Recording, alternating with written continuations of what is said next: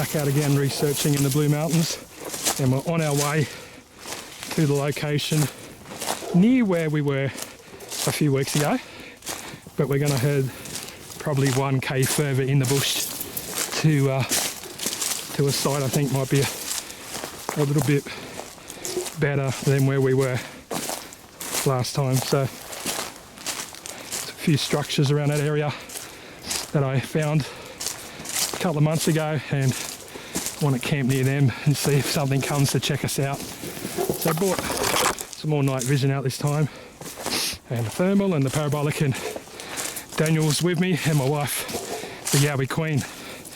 Anyway, this is an old fire trail that you hike along to get to the area. It's a bit overgrown, but it's not too bad.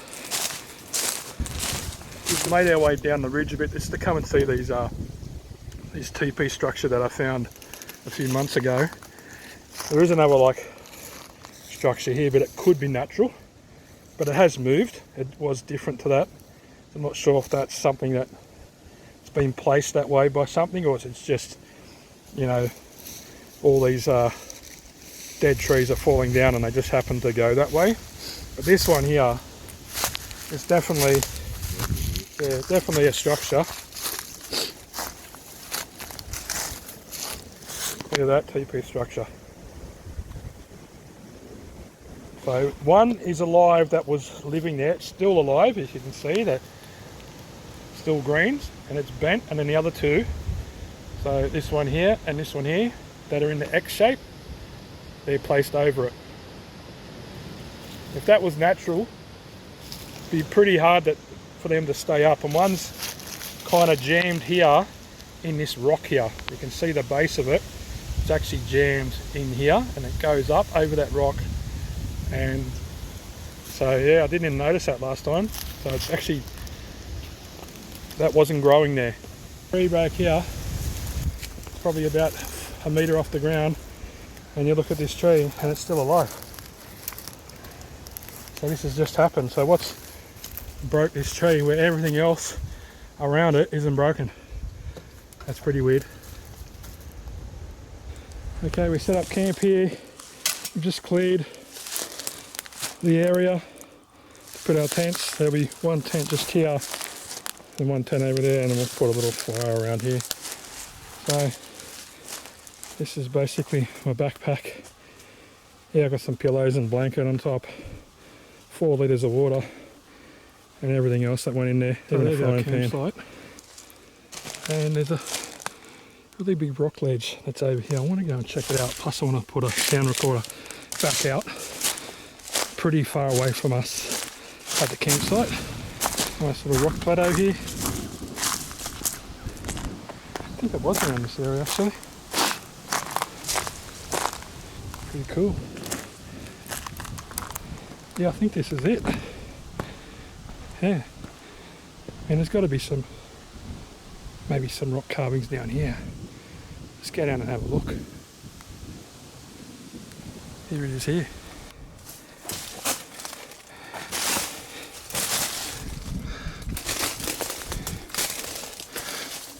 This would have been good to put hieroglyphics in. If you've ever been to the Goss with glyphs, this is what it looks like, but this is on a much larger scale.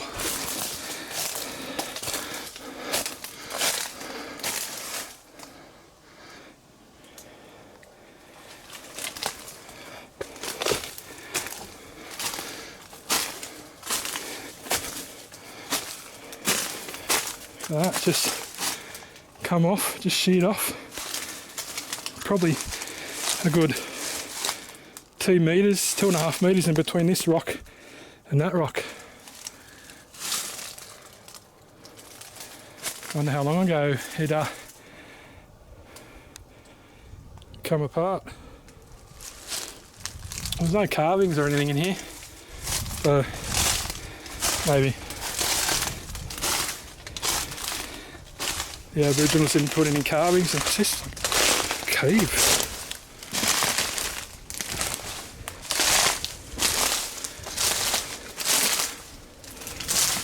Wow.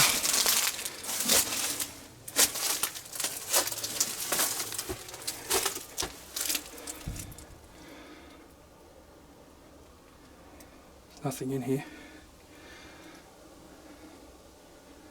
It's probably got to be a certain type of rock to do it too, because this is pretty rough. As you can see, it's pretty rough, it's not smooth.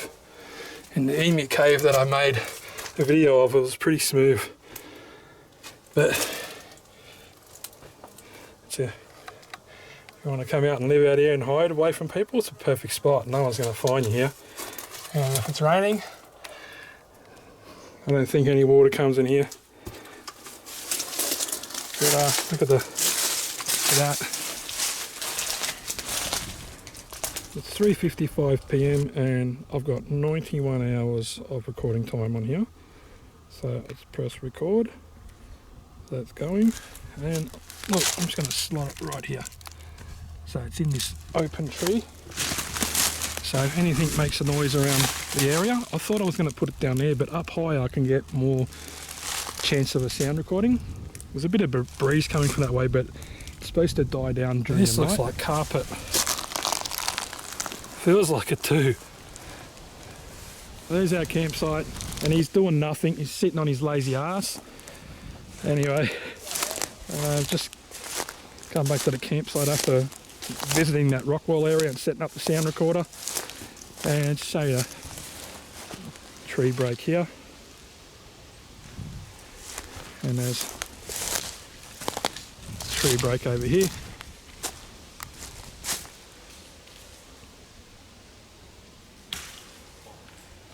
and there's a tree break over here, and the guys have been saying that they've seen multiple sticks that have been shoved into the ground, and a lot of trees that have been broken near the ground, like something's trod on it and just bent them over. So that's what they've been finding. I'm enjoying a nice little stew made by the Yowie Queen, and enjoy it while I'm in my favourite thongs.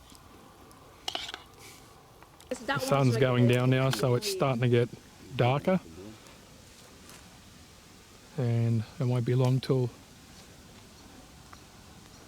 it's fully dark, and we'll get the thermal out, and if we hear a noise, and the wind's died down a lot, so it's going to be a good night. Just very cold. We're actually getting some reception up here in Lawson at the moment, so seeing that's a bit windy and we can't research, we're going to watch Cade's Believe podcast for the moment. Hey, caller, what's your name and where you from? Hey, Cade, can you hear me? I can. It's Yowie Dan. Yowie Dan, how are you, mate? Yeah, good, thanks. I just rang up a second ago and it didn't go through, so I thought I'd ring you back. Mate, thank you for calling back. It's great to hear from you. Yeah, we're out up in the Blue Mountains and we're doing some Yowie researching, and we've seen a few weird things in the sky, but unfortunately for us, it was just a Starlink.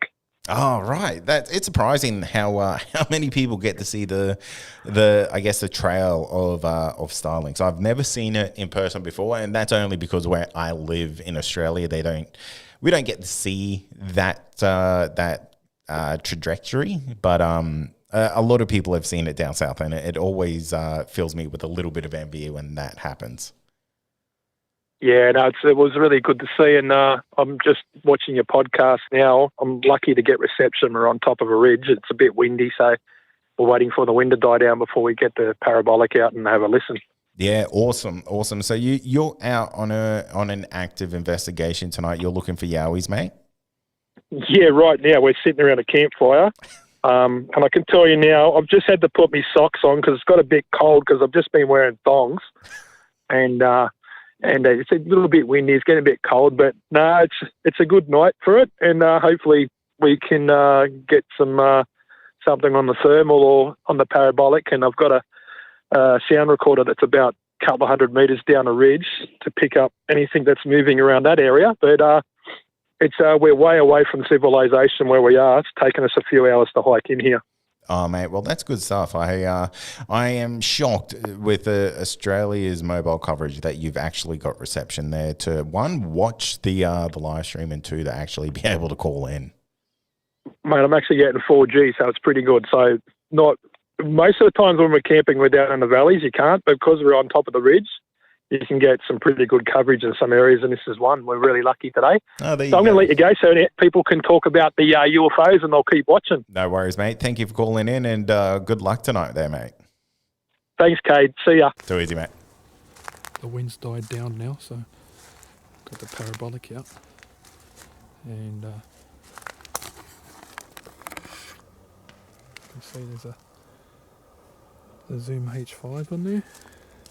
There's not much power left in them batteries, but I've got a few batteries there. And scan around trying to see any eye shine. There's no noises, there's no owl noises, there's no fox noises. There's only us talking in the around the fire, and the wind seems to have died down, so I might actually put the headphones on that I got here and have a listen and see if I can pick anything up. But I just had red eye shine going along here and going like it was something crouching, going from our left here to our right, and I lost it from behind this big tree that's here.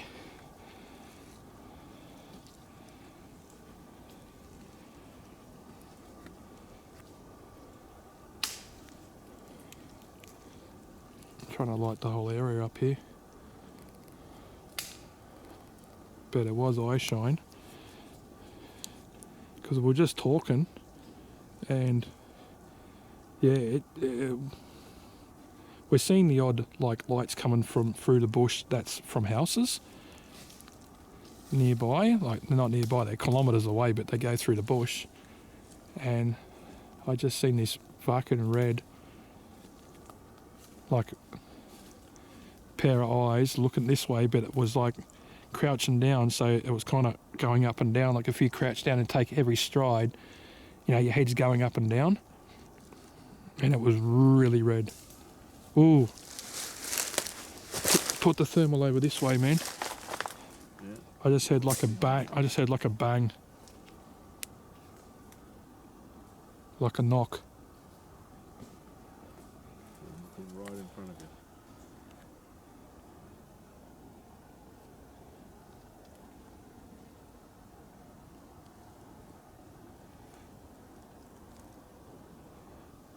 Something's turned up. So what's about 11 o'clock, 11:30?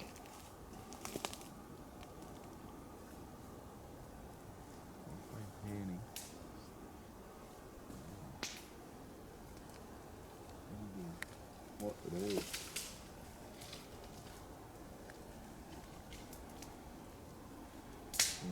you.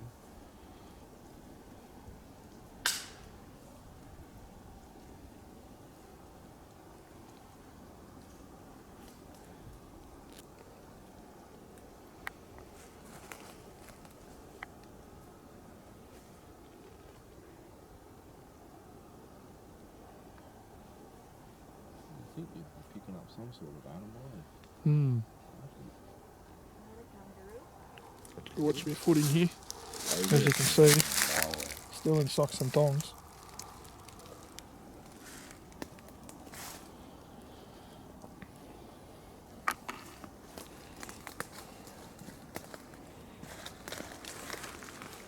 Just going to go this side, because in case it went this way and we're looking the wrong way, because it's over here.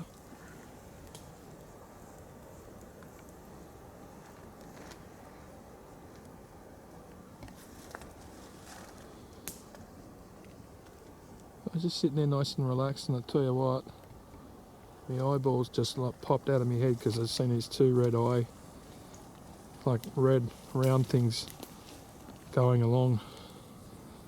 And see if I can get some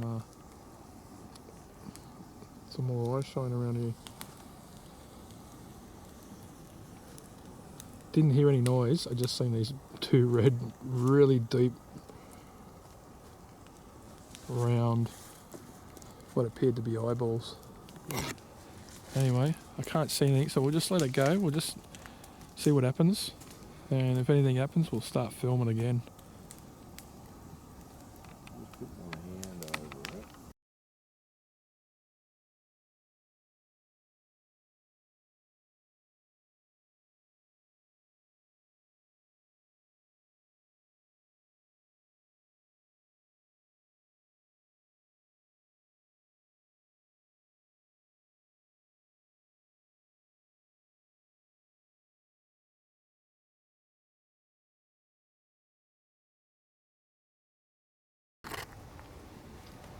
Just panning around to see what we can, see if there's anything still looking at us. The wind's coming up about every half an hour or so.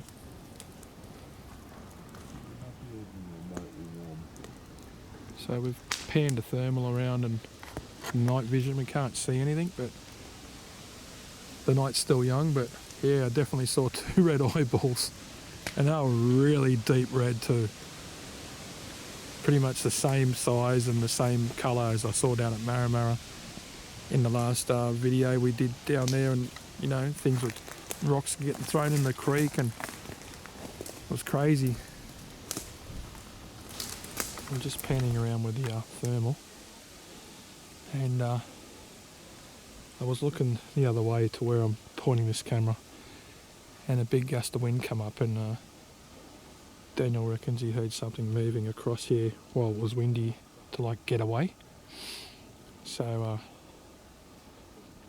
yeah, so it's hit about 11:30 and things are starting to happen. Sometimes it's early, like just as the sun goes down, like 6 o'clock, 6:30, but yeah, it's really dark. It's about 7 degrees. And yeah, we'll just keep the thermal on standby, and look, hopefully we can capture whatever's moving around us. Because I've seen the red eye shine. It's only the second ever time I've ever seen it, other than at Marramara. Well, it's been a bit quiet now for a while after I saw that red eye shine, and we did hear something move away when it got windy. Something took the chance while it was noisy to get out of the area. Haven't had that feeling since, or heard any noises. The wind's died down, and it does flare up about every half an hour, and then it dies down, but we can't hear or see anything. So we've just got the fire going for a bit longer, probably hang around for about another hour. It's like just after 1 o'clock in the morning. So I'll end the video here. Just got the sound recorder out on the ridge there, and we've had the parabolic running, but it's really noisy, so it's really, the wind's just not gonna be able to let us hear anything. You can't tell if it's wind or something walking through the bush. So anyway, hope you've enjoyed the video, and as I always say, always hiking thongs.